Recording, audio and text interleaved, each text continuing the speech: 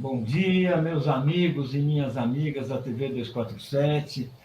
Eu sou Paulo Moreira Leite e hoje nós vamos fazer uma entrevista com o coronel da reserva, Marcelo Pimentel, um estudioso dos assuntos militares, um intelectual e também um militar. E nós vamos fazer um balanço com ele e apontar perspectivas desse setor. Um ano que foi um ano bastante movimentado, 2021, e agora 2022, que é um ano de eleição. Bom dia, Marcelo. Eu queria começando já com uma pergunta para entrar direto no assunto, que é um dos teus assuntos, né? O Partido Militar. O Partido Militar está encolhido, está enfraquecido, a gente parece até gente achando que ele não vai ter esse protagonismo que ele já desempenhou aí nesse ano e nos outros anos. Qual é a sua visão? Bom dia, Paulo. Obrigado pelo convite. Bom dia aos que nos assistem. Antes de responder a sua pergunta, muito importante que os brasileiros façam às vésperas do início de um ano eleitoral, não é? Preciso dizer que as opiniões deste oficial da reserva estão amparadas pela Lei 7.524, de 1986, que garante ao militar em atividade a livre expressão da sua opinião e do seu pensamento sobre temas de natureza política, ideológica, filosófica e de interesse público, independentemente dos regulamentos disciplinares. Em segundo lugar, que eventuais menções, críticas ou não, e serão, se críticas, sempre construtivas, a militares, generais, coronéis ou quaisquer outros, serão sempre feitas em relação às suas atividades políticas públicas, jamais em relação às suas carreiras dentro do Exército, na ocupação de cargos militares, e muito menos em relação às suas vidas privadas, inatacável e carreiras brilhantes. E, em terceiro lugar, o que me move é uma defesa de valores e princípios de exércitos e forças armadas de democracias livres, que eu aprendi a cultuar e que pratiquei ao longo de 30 anos de carreira nativa como oficial do Exército, de 88, do século XX, 1988 a 2018, quando ingressei na reserva. E são princípios muito caros, como, por exemplo, a neutralidade política, a imparcialidade ideológica, a isenção funcional, o apartidarismo no sentido amplo, o profissionalismo e a estrita constitucionalidade. Muito bem, feitas essas observações, o Partido Militar, que não existe sob o ponto de vista formal, de registro, etc., mas existe na sua manifestação prática, na sua dinâmica e no que observamos do que é o governo chamado Bolsonaro, ele está ativo, está forte. Teve um ano de 2021 muito afirmativo, de modo que conseguiu, na minha visão, naturalizar o protagonismo político de cúpulas hierárquicas das Forças Armadas. Como já disse, em diversas outras oportunidades, considero anacrônico esse protagonismo e considero fora de lugar, porque é exercido fora da política governamental de defesa.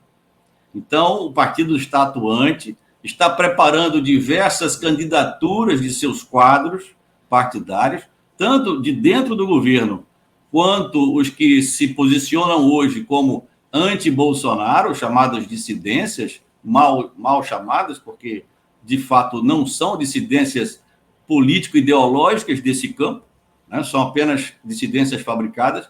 Então, estão ampliando essas candidaturas e vão se fortalecer, não só pela vitória eleitoral, que deve ser mais representativa do que foi em 2018 de candidaturas militares, mas pela própria participação no pleito como uma força política e ideológica bastante relevante.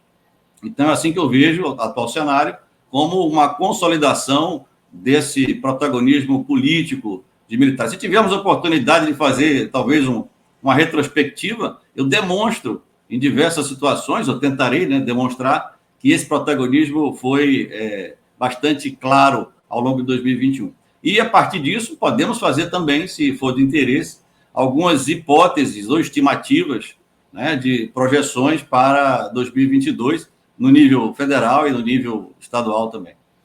Bem, você fala em fortalecimento do Partido Militar, mas nós estamos falando de uma eleição na qual todas as pesquisas indicam o favoritismo do ex-presidente Lula. que entra na campanha como candidato a presidente na frente de todos, às esse pode até ganhar no primeiro turno, enfim, toda essa coisa que está aí nos jornais. Então, não estamos falando de nenhuma novidade. Como é que combina esse favoritismo do Lula com o favorecimento do partido militar? Como é que é isso? O partido militar não pode, em uma certa situação, tentar impedir a candidatura a Lula, perturbar o processo político? Como é que você vê isso? Veja, quando eu uso a expressão partido militar para facilitar a comunicação do que ocorre, é evidente que é no sentido da disputa de poder político na legalidade constitucional. Eu não estou falando aqui, jamais falei que há intenções golpistas clássicas, né, do golpe militar, conhecido na história do Brasil, de suas tentativas, né, nessa atual edição ou versão do Partido Militar, do protagonismo político de cúpulas hierárquicas do Exército, da Marinha e da Força Aérea. Eles estão participando da disputa de poder. E é assim que eles encaram este polo ideológico da centro-esquerda, porque eu realmente não reputo a liderança do presidente Lula no seu partido, e essa liderança projetada no quadro nacional.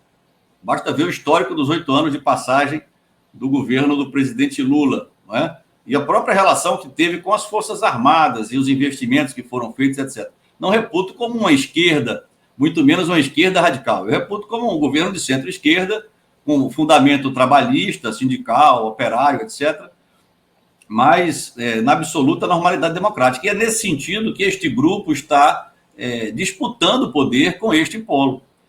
Desde o primeiro turno, desde a montagem das candidaturas, né, de modo que até estes polos, que são a oposição real ao atual governo, tenham, digamos, percepção desse protagonismo e busquem, e aí eu acho que seria um equívoco, busquem acertos prévios com este grupo que dirige o Partido Militar para, em caso de vitória eleitoral do polo da esquerda, no segundo turno ou no primeiro turno, como algumas pesquisas indicam, embora ache prematuro, possam compor e não perder o espaço de poder político que conquistaram ao longo desses 3 anos, tanto no governo, no executivo, na administração direta e indireta.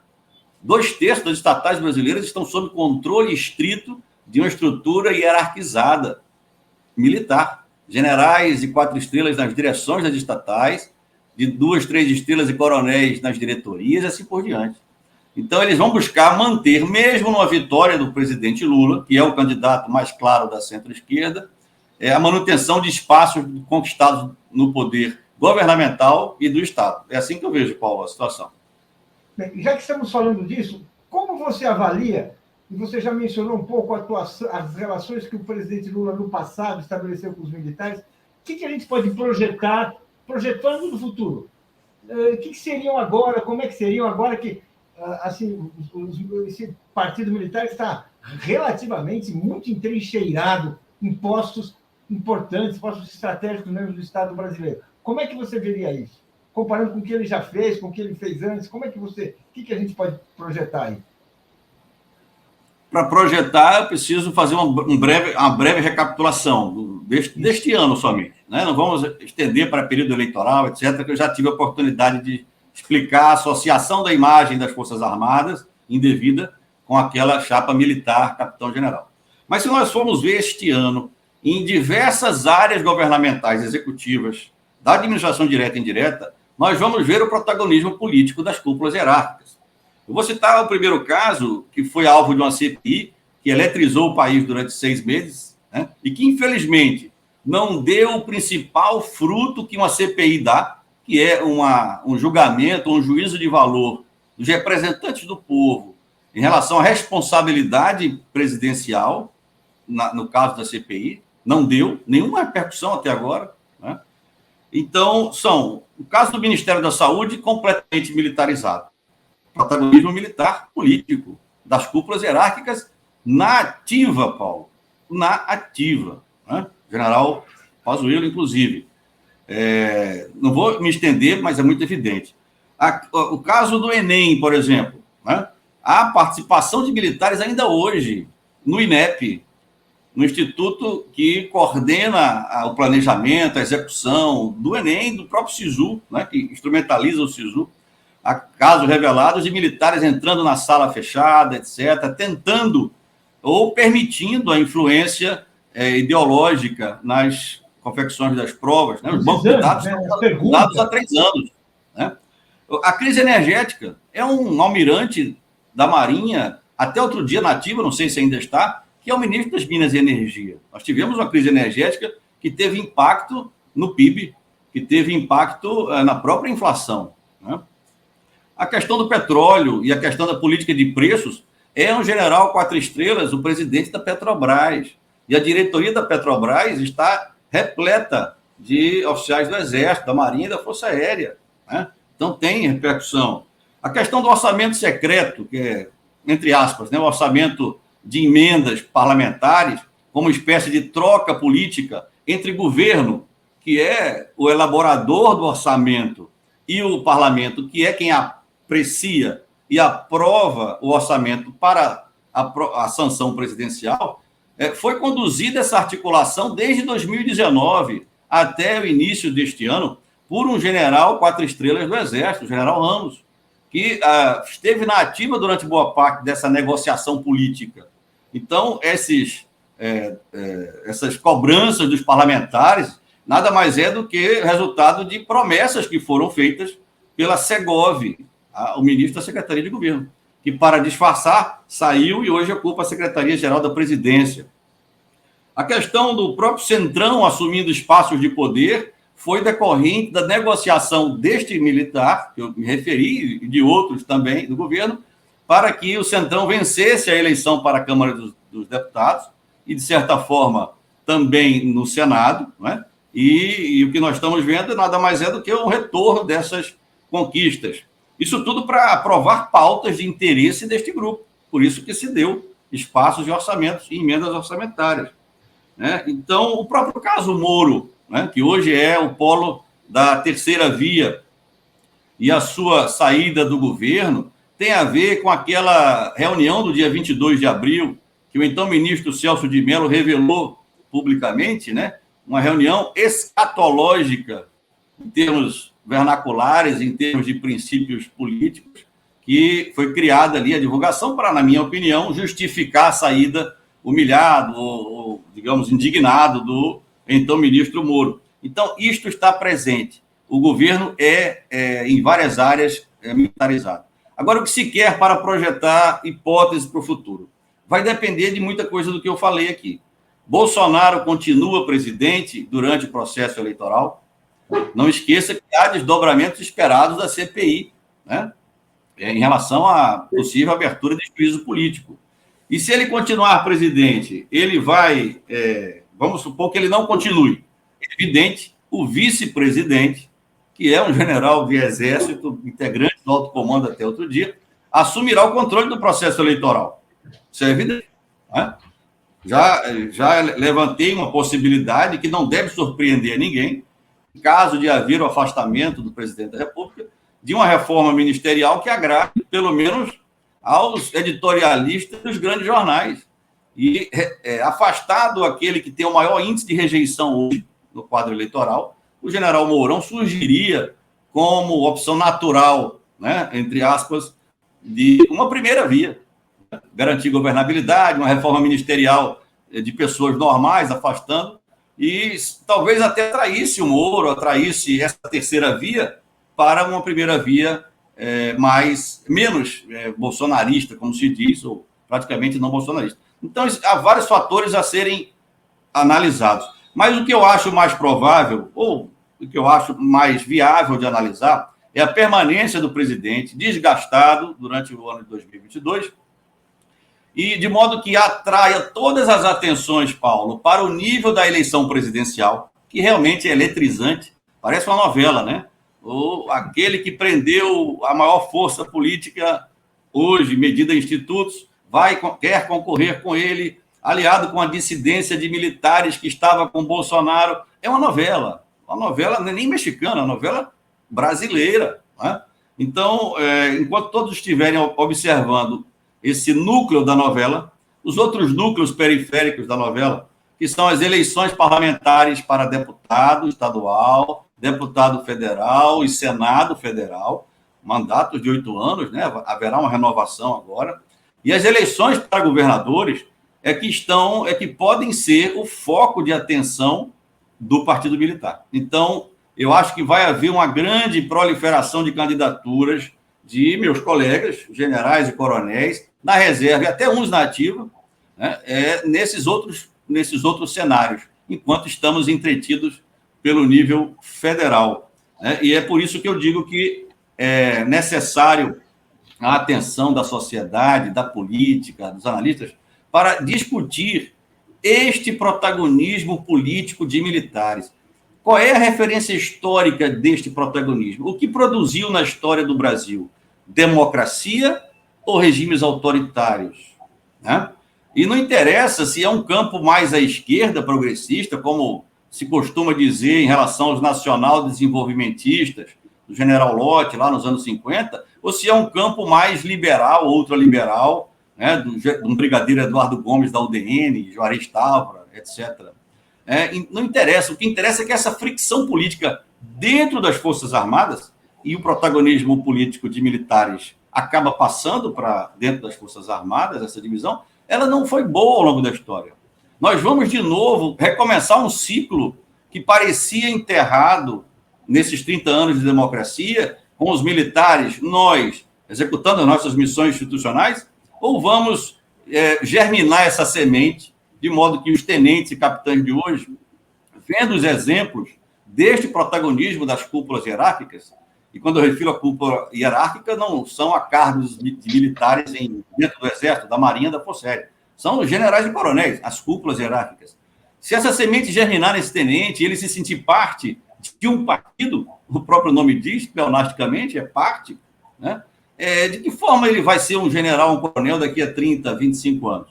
Ele vai repetir isso? Estamos iniciando esse ciclo de instabilidade? Isso é bom para o profissionalismo das Forças Armadas? Acho que não. E é por isso que eu estou no debate sempre no sentido construtivo de fazer as considerações que forem necessárias para se entender que o nosso lugar é do outro lado da muralha, que nós construímos ao longo desses 30 anos, junto com a sociedade brasileira, a que servimos como Força Armada e como militares, não como seus quadros políticos de plantão para serem escalados para quaisquer missão de governo. Então, as projeções são, no nível presidencial, o desgaste do Bolsonaro, talvez o seu descarte, de modo que o Partido Militar se aglutine de novo num outro polo anti-esquerda, e o presidente Lula é o polo, mas eu lhe confesso, não há grande rejeição à figura política do presidente Lula no militar individualmente, não há. O problema da recidiva foi em relação à figura política da presidente Dilma, da figura política histórica da presidente Dilma na luta armada, né, no enfrentamento à ditadura.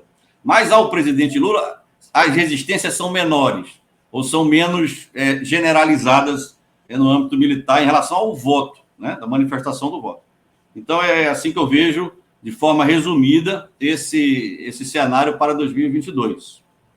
Então, quando você fala isso, que a rejeição é menor em relação ao presidente Lula, é que, se ele confirmar no ano que vem as projeções que existem hoje sobre a eleição, sobre esse apoio popular imenso que ele está exibindo, até fala-se até na possibilidade de ele ganhar no primeiro turno, não haverá questionamento na sua visão, não teremos questionamentos a sua vitória, algum problema em tomar posse, coisas desse tipo. Você não vê isso? Não vejo, porque pode haver e deve haver, se o Bolsonaro participar do pleito, não acredito que ele vá ao segundo turno. Sinceramente, eu não acredito. Por mais que se imagine que ele tem uma pauta eleitoral para 2022, eu não consigo ver o fim do Bolsa Família, a criação de um projeto de auxílio emergencial, de auxílio Brasil, como uma plataforma eleitoral relevante. Sinceramente, não. Né? Até porque houve redução de número de beneficiados desse projeto de assistência de renda mínima, etc. Então, não há essa reação dos militares individualmente. mas, obviamente, haverá uma reação em relação ao resultado eleitoral, seguindo o roteiro do presidente Trump nos Estados Unidos, daqueles radicais, de Bolsonaro e disso que se reputa de extrema-direita no Brasil. O que nós vemos aí em termos de 300 de Sarah Winter, de manifestações de um deputado até expulso da PM, aí, o Daniel Silveira, isso não é a extrema-direita organizada mundial, ou mesmo com referências ao fascismo, ao nazismo dos anos 20 e 30 da Europa e mesmo no Brasil. Isso está longe de ser uma ação integralista brasileira versão do século XXI. Isso são flares, isso são iscas para colocar Bolsonaro, o testa de ferro do protagonismo político das cúpulas hierárquicas das Forças Armadas no século XXI, como aquele para-raio para qual vai convergir a oposição da direita liberal à esquerda, né? Então, hoje, o presidente assume esse papel de ser o líder da extrema-direita, quer até impingi-lo uma liderança de uma extrema-direita internacional. Não existe extrema-direita internacionalizada, como não existiu também, sob certos aspectos, na própria Europa. A extrema-direita significa nacionalismo. Não há internacionalização de nacionalismo. É até um contrassenso político se falar numa organização internacional de extrema-direita e que Bolsonaro seria esse líder. Ele não tem cacife intelectual, não tem vocação. Muito do seu extremismo de direita, a reputação de que ele é nazista ou fascista, faz parte da construção dessa narrativa. De que, por exemplo, num quadro de um golpe de Bolsonaro, usando, sei lá, polícias militares, camadas médias da hierarquia das Forças Armadas, que as hierárquicas tomariam providências para, por exemplo, é uma hipótese, convencerem Bolsonaro a renunciar para evitar a eclosão de uma guerra civil ou de confrontos sangrentos nas ruas entre extrema-direita e extrema-esquerda. Não tem extrema-esquerda no Brasil, minimamente atuante, não é? Não tem. A revolução à esquerda é muito retórica, ela é muito setorizada em alguns setores, né? Então, se procura criar isso até para justificar uma extrema-direita. Mas a narrativa que se quer é que, imagine-se o cenário de Bolsonaro tendo que renunciar no caso de uma recidiva desses movimentos de extrema-direita fabricados no Brasil, mas que chamam a atenção da imprensa.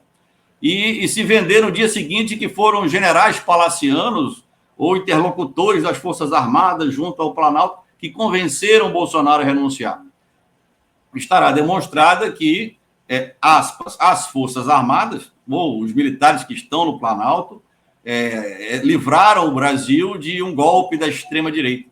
Ao mesmo tempo que se vende essa narrativa, numa época eleitoral muito poderosa em termos de atrair para este grupo que afastou o inimigo público número 1 do Brasil, né, o de maior rejeição eleitoral, inclusive de modificar narrativas históricas, como se 64 também as Forças Armadas, entre aspas, né, as cúpulas hierárquicas das Forças Armadas de então, tivessem atuado para evitar um golpe da extrema-esquerda no Brasil.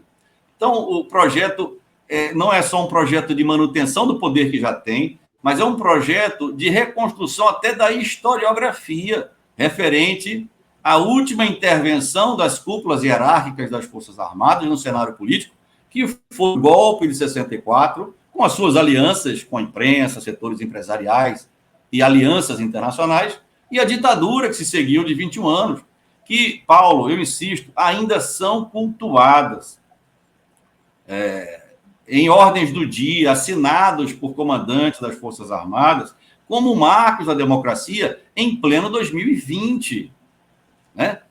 A sociedade tem que atentar para isso, porque este foi o caldo de cultura onde germinou um Bolsonaro. Se existe bolsonarismo no Brasil, e eu sou um crítico ao uso da expressão para designar esses radicais, né? Isso é outra coisa. Né? Se existe bolsonarismo, isto foi cultuado na adesão dos seus amigos Bolsonaro, da geração 70, que eram comandantes das Forças Armadas, de 2015 a 2018, à política, à candidatura dele. Foi isto que permitiu, contribuiu muito para que se passasse um pano, para usar uma expressão muito popular, naquelas manifestações homofóbicas, misóginas, machistas, racistas, etc., do deputado, capitão do Exército, Bolsonaro. Então, não haverá reação institucional das Forças Armadas no eventual, na minha visão, como membro das Forças Armadas e conhecendo esses generais e coronéis, né? Não haverá nenhuma ação contra o resultado eleitoral. Vença a esquerda ou a centro-esquerda do presidente Lula, vença a situação, vença uma terceira via que, por acaso, se apresente, se consolide no segundo turno. Mas, veja, para encerrar essa minha observação, quando eu apresentei, ano passado, a minha visão de partido militar, eu defini alguns elementos que caracterizam isto que está acontecendo agora como uma ação dinâmica de um partido. Um dos elementos são os quadros partidários e a formação de lideranças, né? Então, eu já dizia, e vou me permitir ler aqui para não ser infiel ao que eu mesmo disse, muitos dos que se encontram hoje no Executivo Federal estão reunindo atributos, muitos dos militares, né, para outros desafios no mundo da política, sendo provável que se encontre alguns dos atuais generais e coronéis concorrendo a cargos majoritários ou proporcionais em eleições vindouras. Ainda que sejam de um campo político ideológico definido, todos eles, nem sempre se vincula a um determinado partido político formal. E muitas vezes, por situações fortuitas do acaso ou forçadas, criadas, assumem caráter de dissidências em relação à figura do presidente. Há casos de oficiais que militaram na campanha, entre aspas, bolsonarista, e ocuparam cargos de relevância no governo, mas os deixaram ou foram demitidos. Parecendo terem abandonado o campo político da situação, constituem-se, na verdade, lideranças deste mesmo partido militar, colocadas numa espécie de reserva técnica para futuros arranjos políticos. A frequente inserção midiática de um desses generais, escrevia aí em maio de 2020, pensando no general Santos Cruz, embora não tenha citado, porque era um livro que permaneceria por algum tempo. De notória carreira profissional e prestígio internacional como militar, caracteriza a estratégia do Partido Militar em criar novas frentes para compor dispositivos político-eleitorais com outras dissidências, especialmente civis. Pensava eu no Sérgio Moro, no Dória, no Eduardo Leite, etc. A estratégia é inteligente e tem o mérito de possibilitar que, no futuro, e sob condições específicas de disputa eleitoral, um segundo turno, por exemplo, as forças do campo original que permaneceram na situação se reúnam às da dissidência para a formação de uma ampla base de apoio eleitoral. Isso porque o Partido Militar é sempre e sempre será mais importante que suas lideranças eventuais. Então, é assim que eu vejo o que está acontecendo hoje. Eu já visualizava há algum tempo e tenho alertado há algum tempo de que isto iria acontecer. Não sou profeta, simplesmente eu conheço os atores ao longo de... Eu nasci dentro do Exército. Meu pai, meus parentes são militares. Eu sei como funciona a dinâmica militar. E, especialmente ao longo da minha carreira, fui formado na AMAN pela geração dos anos 70, esta que está protagonizando a política no Brasil. E muitos da minha geração também acompanharam este exemplo. Por isso que eu sempre digo, a palavra convence, o exemplo arrasta. É para ser assim no quartel, no combate, nas operações de adestramento de uma força militar.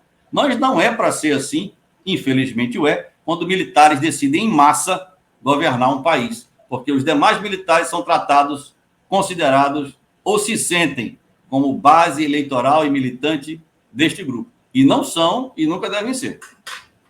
Uma questão um evento que ocorreu no 7 de setembro desse ano, que impressionou muita gente, foi uma mobilização das bases do governo Bolsonaro, do Jair Bolsonaro, discursos radicalizados em Brasília, em São Paulo, a Avenida Paulista tomada, uma situação assim que muita gente realmente temeu ali por um desenlace até traumático.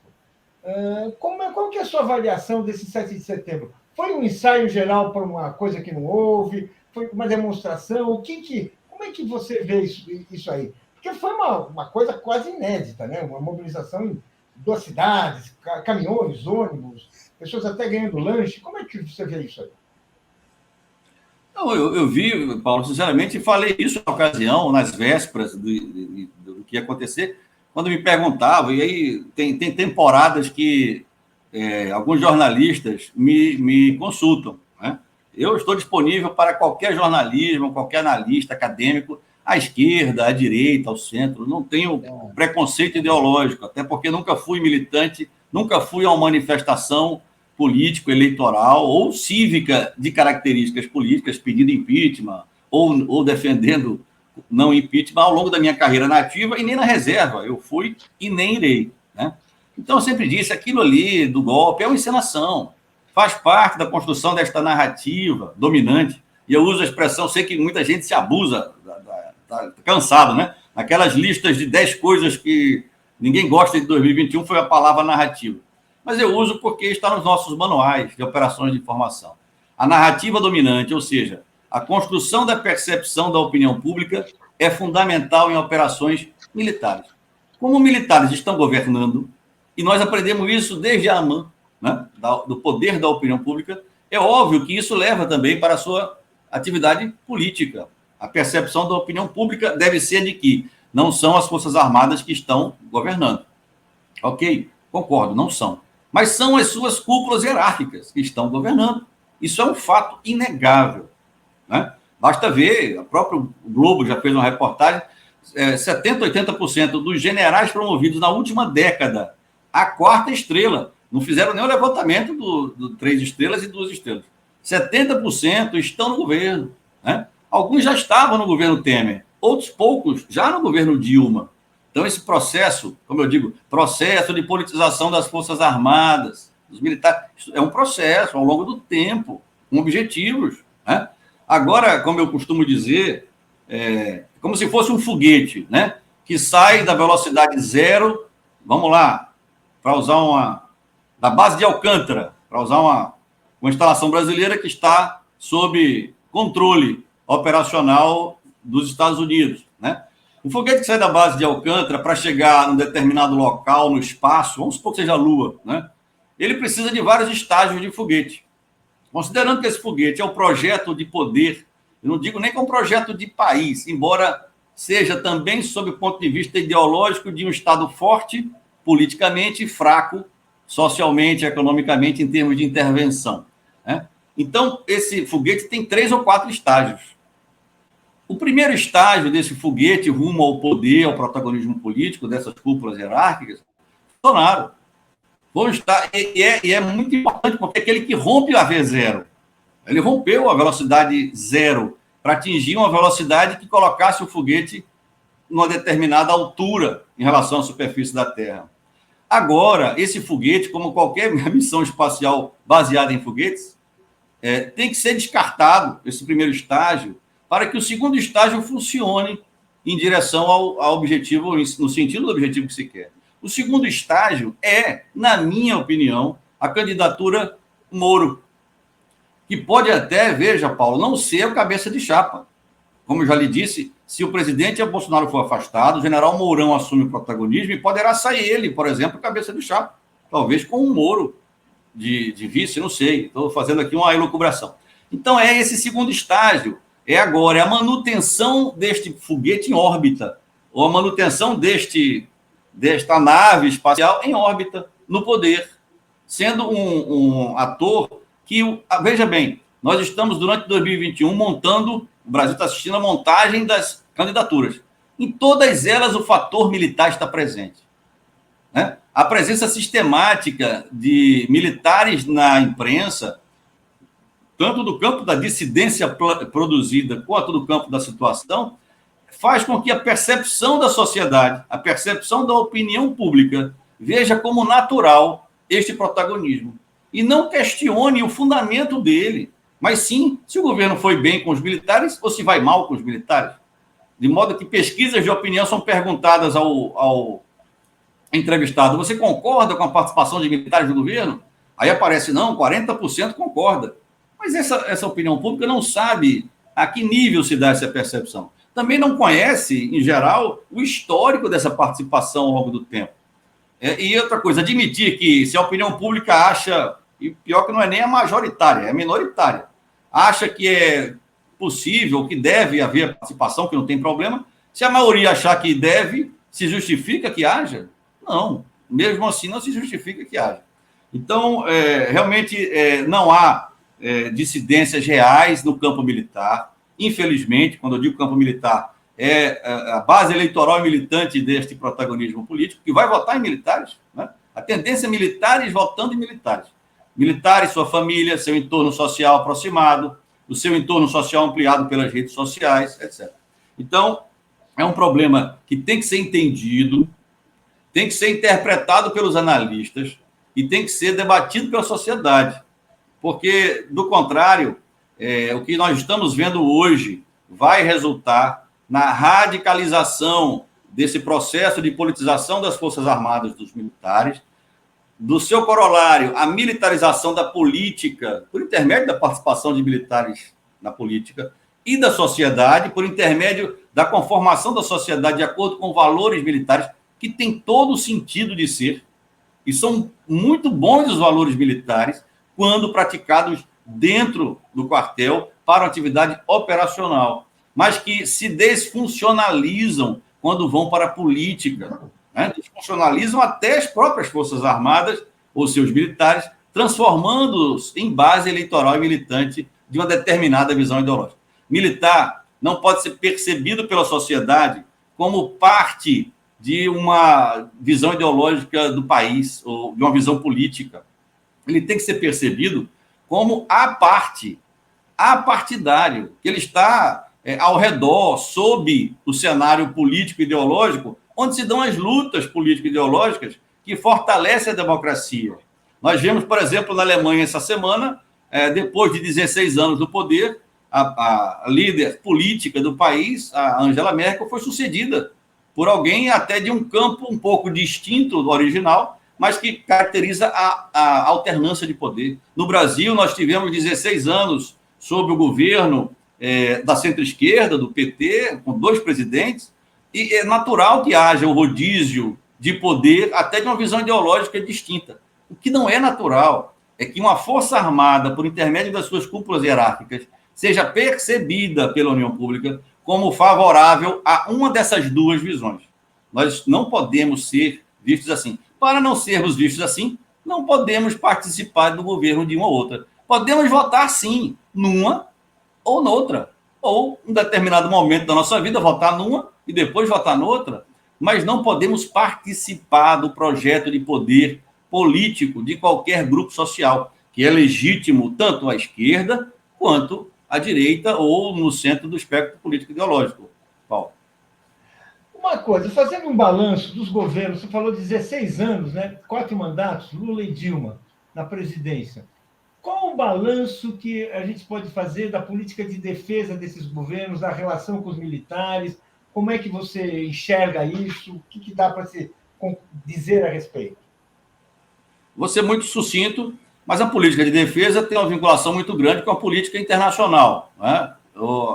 A política de relações exteriores de um determinado governo do Estado. A defesa, ou os órgãos que fazem a defesa, que têm o encargo de defesa, são instituições de Estado. Assim também como a própria diplomacia é uma instituição de Estado, né? Então, é preciso que os governos tomem as suas decisões, afinal de contas, foram eleitos baseado numa plataforma, e que as forças de Estado deem respaldo às decisões de governo. Feitas essas considerações teóricas, durante o governo do PT, nesses 4 mandatos que você citou, a área de defesa, acompanhando a política externa, teve uma atuação na minha visão, começou o governo Lula, eu era major, 2003.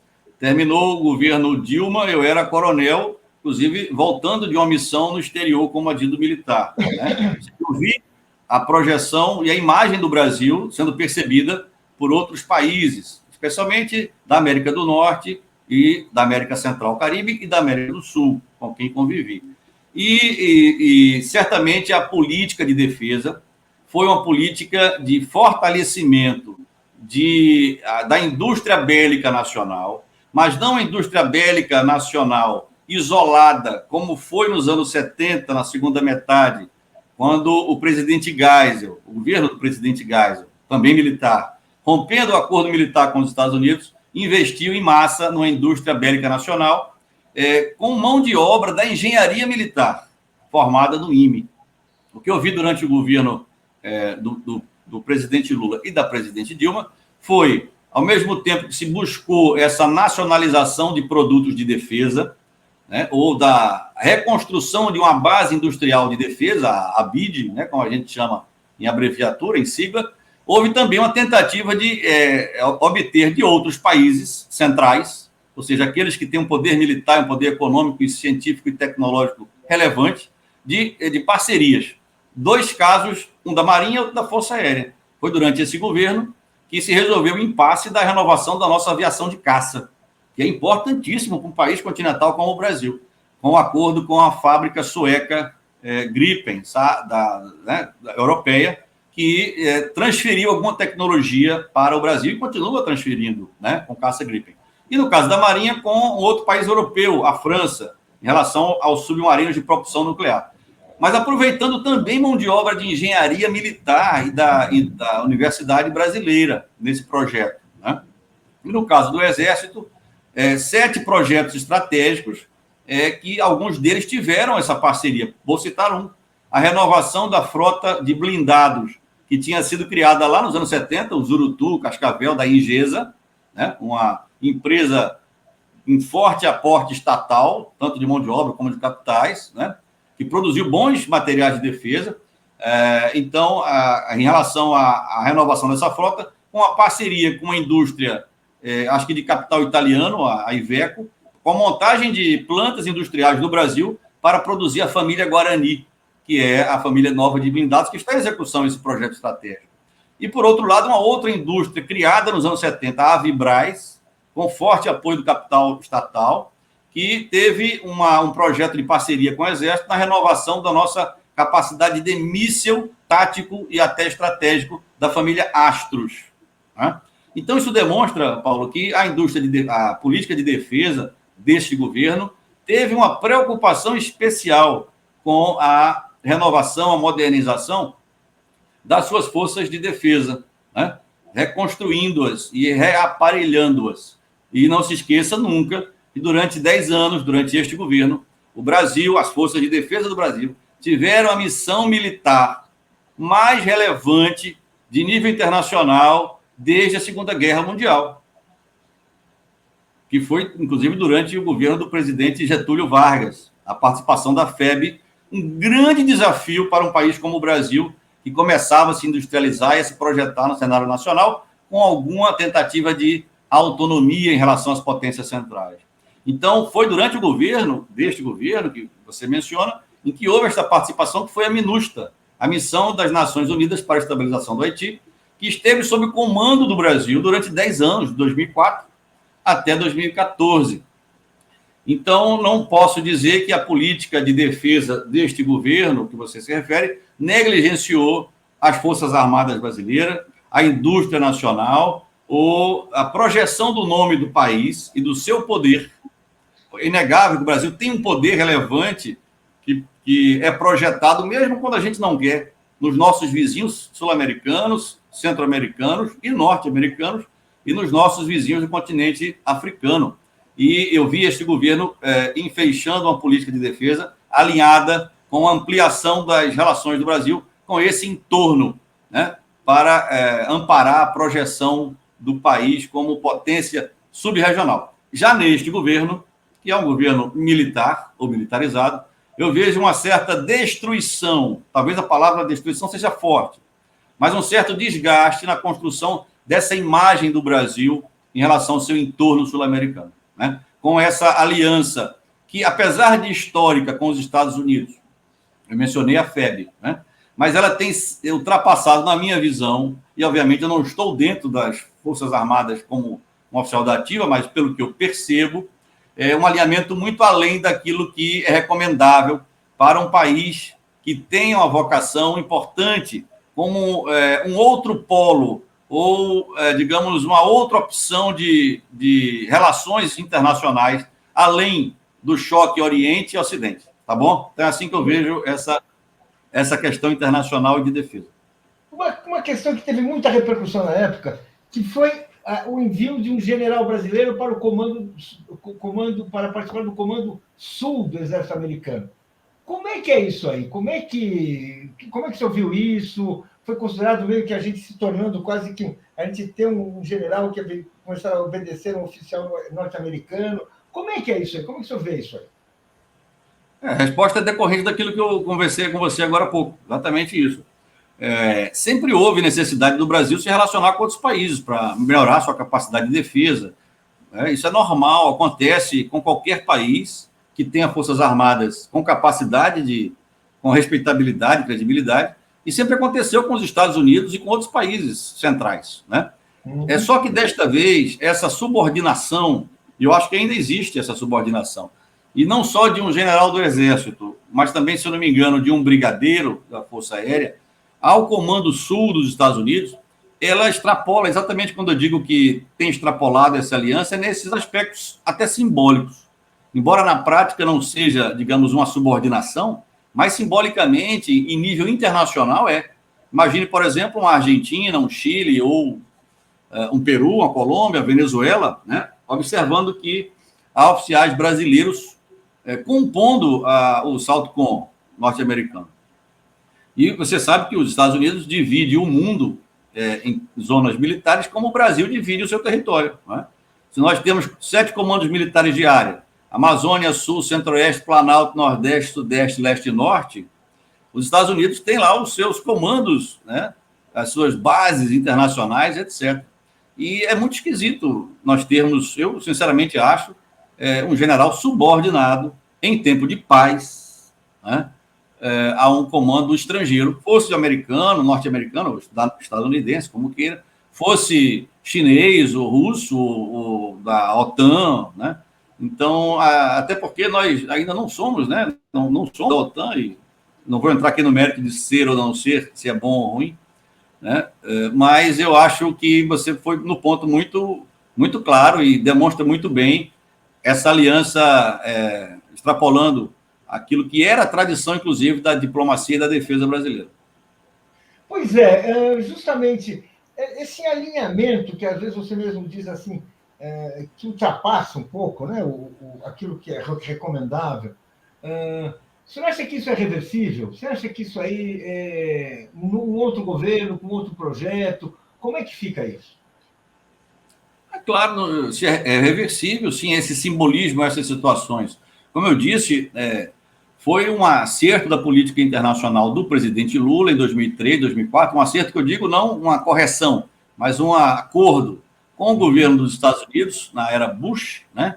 Enquanto os Estados Unidos estavam envolvidos nas questões do Oriente Médio e da Ásia, né? Afeganistão, Iraque, etc., relativos ao 11 de setembro, houve um acordo para que o Brasil participasse no quintal dos Estados Unidos, né, com as aspas, lá no Caribe, de uma força multinacional, ainda que sob a égide da ONU.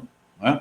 Então, é possível reverter, qualquer governo pode corrigir esses pequenos simbolismos, que eu acho que não são bons para as nossas relações com os nossos vizinhos. Em vez de nós procurarmos estreitar laços de defesa com os nossos vizinhos sul-americanos, nós estamos estreitando laços de defesa a esse ponto com os Estados Unidos. Por exemplo, sempre houve esse debate, e eu sempre participei dele, enquanto estive em funções de Estado-Maior, de criação ou de funcionamento de batalhões, unidades multinacionais na América do Sul. A própria iniciativa de cúpula de fazer uma associação de defesa sul-americana, né, independentemente de governos, de serem governos de esquerda os promotores desta proposta, ela tem um fundamento geopolítico, né? Se nós formos ver, nós temos potencial de estreitar relações de defesa com a Argentina, com o Uruguai, com o Paraguai, né? E com os nossos vizinhos do Arco Norte, que são uma área geoestratégica muito relevante, que é a área da Amazônia. E que, mais uma vez, para citar o protagonismo político das cúpulas hierárquicas das Forças Armadas em 2021, as questões do desmatamento da Amazônia, as questões ambientais, de garimpos em áreas indígenas e áreas de preservação ambiental estão vinculadas a militares também. Não só pelo aparelhamento dos IBAMA, das FUNAI, né, com militares das Forças Armadas, com este pensamento que é expressado pelo Bolsonaro e pelo general Heleno, é o pensamento da minha geração, preponderantemente, e da geração dos anos 70, não só por esse aparelhamento dos órgãos de fiscalização e controle, mas pela própria política. Nós temos um general presidente do Conselho da Amazônia, que, embora seja um conselho consultivo e não executivo, mas que o simbolismo disso é muito grave e demonstra esse protagonismo. Os maiores índices de desmatamento dos últimos 10, 15 anos foram registrados enquanto militares estão governando o país, enquanto militares estão presidindo conselhos consultivos sobre a Amazônia, em que o fator ambiental é um dado muito relevante. Não vou entrar em mérito sobre cobiças internacionais, sobre participação de ONG, etc., mas é um dado que não poderia estar acontecendo sob um governo titulado por militares, que é a degradação acelerada ou a radicalização da degradação ambiental. Eu tive a oportunidade e o privilégio de servir 2 anos no Mato Grosso, comandando um batalhão lá na região próxima à fronteira, e é impressionante, né, que nós tenhamos que trocar o nosso desenvolvimento agropecuário pela degradação do meio ambiente, com a destruição da floresta nativa, que é o que acontece norte do Mato Grosso, sul do Pará e já entrando por regiões do próprio estado do Amazonas. E como acho que respondi? Respondeu muito bem. Eu vou pedir até um pouco mais. Respondeu muito bem. E de onde veio essa isso é uma mudança, não é uma mudança? Porque as pessoas falam muito do Rondon, dão um exemplo, que seria uma outra tradição, uma outra visão da Amazônia, das nações indígenas. Como é que é isso aí? Isso é uma herança do regime militar, por exemplo?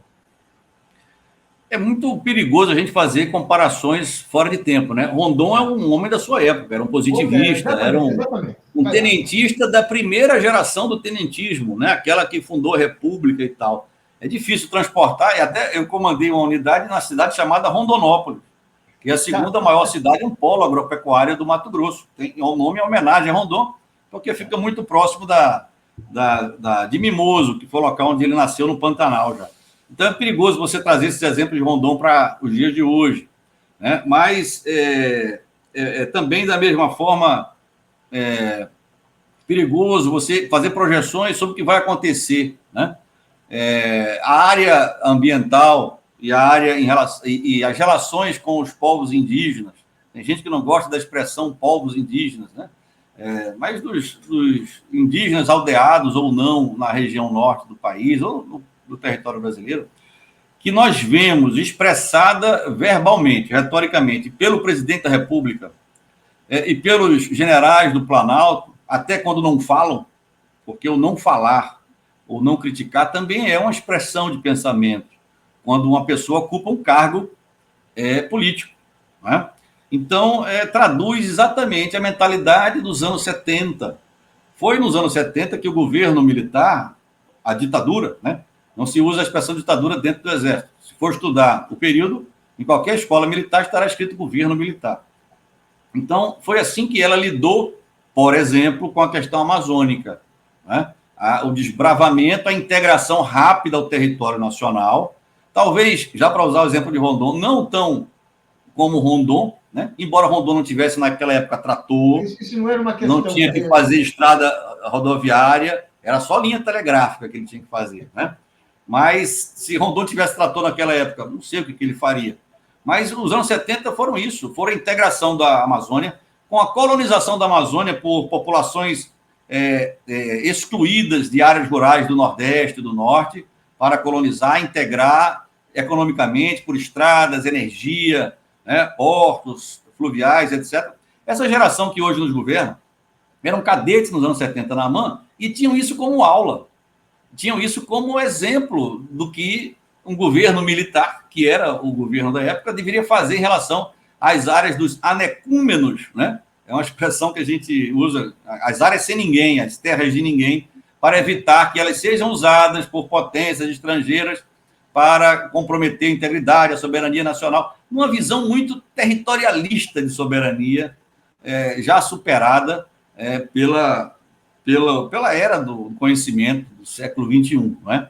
Mas sim, Paulo, é a visão dos anos 70, é a visão do governo militar, com adaptações aqui e ali, mas essencialmente é essa visão.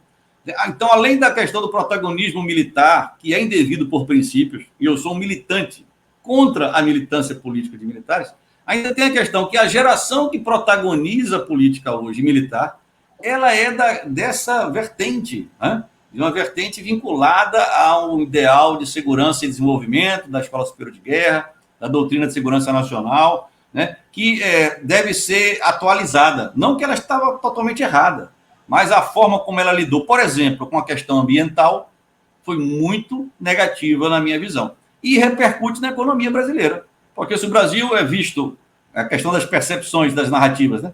Se o Brasil é visto internacionalmente, e aí eu não vou falar de razões geopolíticas de outras potências para a disseminação dessa narrativa internacional de que o Brasil desmata o seu ambiente. Se o Brasil é visto assim, o próprio agronegócio pode sofrer consequências econômicas. E como hoje ele é o lastro da riqueza nacional, infelizmente, em detrimento da indústria e de setores de ciência e tecnologia do setor da área terciária, infelizmente, em detrimento disso, é relevante, que pode influenciar, inclusive, no nível de pobreza do Brasil, na medida em que o PIB, além de não crescer como deveria para um país como o Brasil, continua sendo mal distribuído. E mais do que continua sendo, está se agravando a má distribuição da riqueza nacional, traduzida no número do PIB, que o agronegócio sem certificado ESG, por exemplo, né,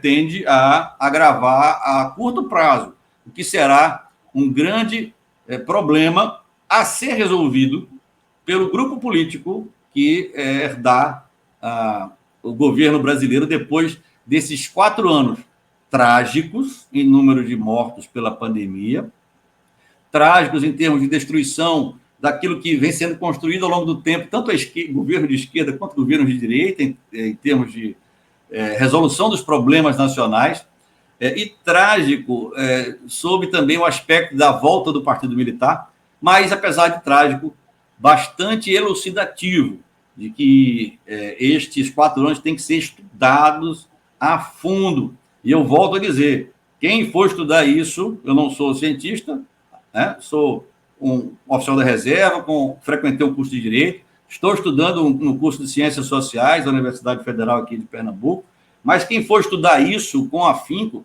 tem que se balizar em 5 fatores para a recidiva do fenômeno. As 2 eleições da presidente Dilma, a Comissão Nacional da Verdade e seu relatório, que foi pretexto para emular as Forças Armadas contra a política em geral, especialmente a de esquerda, ou centro-esquerda, e o excesso de participação das Forças Armadas em GLO e ações que não são próprias de defesa, e aí é uma responsabilidade também do governo do PT, e a participação muito longa, na minha opinião, por 10 anos, mais até do que 1 ano e meio na Segunda Guerra Mundial, 10 anos como atuando lá no quintal dos Estados Unidos, lá no Haiti, como Force Commander da MINUSTA. Esses 5 fatores acho que devem balizar os estudos aí para diante, né? E tomara que em 2022 o Brasil volte a ter um governo civil, né? E que nos coloque, nos prestigie como Forças Armadas, nos colocando no nosso devido lugar. Bem, para encerrar, nós temos assim uma conversa muito boa, muito enriquecedora, como sempre. É a 3ª entrevista que eu faço com o coronel em um ano, então tá bom para bater papo. É o seguinte, eu queria saber, o senhor, olhando para 2022, o senhor é otimista, pessimista, neutro? Como é que o senhor vê? Todos esses desafios que o senhor colocou e que todos nós colocamos são, de certa maneira, semelhantes, né? Conversam, dialogam entre si. Como é que você espera um ano com decisões acertadas, que o país abra novos caminhos? Qual é a sua visão de 2022? Paulo, você falou bem, a 3ª entrevista que a gente faz, né? Esse ano, o meu 3º ano na reserva, eu sofri o 3º processo administrativo disciplinar. Ou a gente pede música para o Fantástico, ou viram uma reportagem no Fantástico. Mas não virou reportagem no Fantástico, até porque esse terceiro processo não redundou numa punição como os outros dois redundaram, porque um general sensato, né, fez um julgamento e viu que era improcedente a acusação, né, e arquivou o processo. Então, ser otimista ou pessimista não vai mudar em nada o que está acontecendo ou o que vai acontecer. Também dizer que sou realista seria uma redundância e um clichê muito grande. Mas eu procuro ser construtivo no debate, trazendo a voz de um militar das Forças Armadas, que é muito raro, porque os que frequentam os grandes meios de imprensa são essas falsas dissidências, né? Estão sistematicamente escrevendo artigos de opinião, etc. Então, construir esse debate no sentido de que, em 2022, seja central nos grupos eleitorais que vão disputar a presidência, porque Forças Armadas são de nível federal, né? E que esse assunto seja tratado com muita transparência, com muita, digamos, com muito ventilador para afastar as fumaças dos flares, ou das iscas, ou das histórias que se conta para alterar a percepção da opinião pública, que não percebe este governo como militar, acha que é um Bolsonaro que está corrompendo as Forças Armadas, né? Como vi recentemente no artigo de Rui Castro, um bom articulista, excelente escritor, de que Bolsonaro prostituía as Forças Armadas, além de usar uma expressão vulgar, genérica, que acaba emulando o militar, né? Contra a imprensa, contra o jornalismo de forma geral, contra esse tipo de opinião, pelo menos, não traduz o que está acontecendo. Não foi Bolsonaro que obrigou cúpulas hierárquicas formadas com ele e até antes dele a ingressarem na política. Foi cada um desses generais e coronéis que eu conheço muito bem, que têm vidas pessoais ilibadas, que tiveram carreiras brilhantes, mas que se arvoraram no direito de governar o país como se comanda um quartel, né? Com os valores que são muito próprios da nossa profissão. Então, eu sou esperançoso, mais do que realista, otimista ou pessimista, de que esse assunto seja central no debate político de 2022 e que militar em 2022, eu não vou conduzir voto de nenhum militar, nunca fiz isso e nem farei, para candidato A, B ou C. Eu simplesmente posso revelar quem eu votei ou quem eu vou votar na época eleitoral. Mas seria muito interessante que cada militar fizesse um exame, né, na sua consciência histórica, situacional, etc., sobre se vale a pena colocar mais militares no cenário político, sobre o cenário político. Se vale mais a pena. Não interessa se é pela esquerda, pela direita, pelo centro, não interessa a roupa. O que interessa, como a gente mesmo diz, despe-se a farda, jamais a vocação. Eu não estou aqui porque quero ser político, não quero ganhar dinheiro, não quero exercer nenhum cargo. Eu estou aqui por vocação de militar, que é a mesma vocação que tem meus companheiros. É necessário fazer esse exame situacional. Estamos perdidos. A sociedade está nos vendo como parte de um grupo político, de um governo que tem altos índices de desaprovação. Vale a pena colocar mais militares na política? Eu acho que não vale a pena, né? Já deu. Vamos retrair. Quando a gente percebe que está perdido, a gente retrai com um lugar alto para enxergar a situação e tomar as decisões, né? Então, eu tenho esperança de que esse assunto vá ser debatido e que nós tenhamos uma suspensão desses dois processos de politização das Forças Armadas e militarização da política e o seu retraimento, a sua regressão para o estado que era durante o curto período. E veja bem, como foram curtos os períodos democráticos na história do Brasil, desde a Guerra do Paraguai, desde o Segundo Império, pelo menos a segunda parte. Como foram curtos. Quanto dessa situação de curtos períodos democráticos tem como fator a instabilidade dos quartéis ou a politização dos militares? Muito, muito. Tá? Obrigado, Paulo, pelo convite. Obrigado a você. E bom ano de 2022. Para a quarta entrevista. Logo voltaremos. Um abração para você. Abraço. Tchau. Tchau, tchau.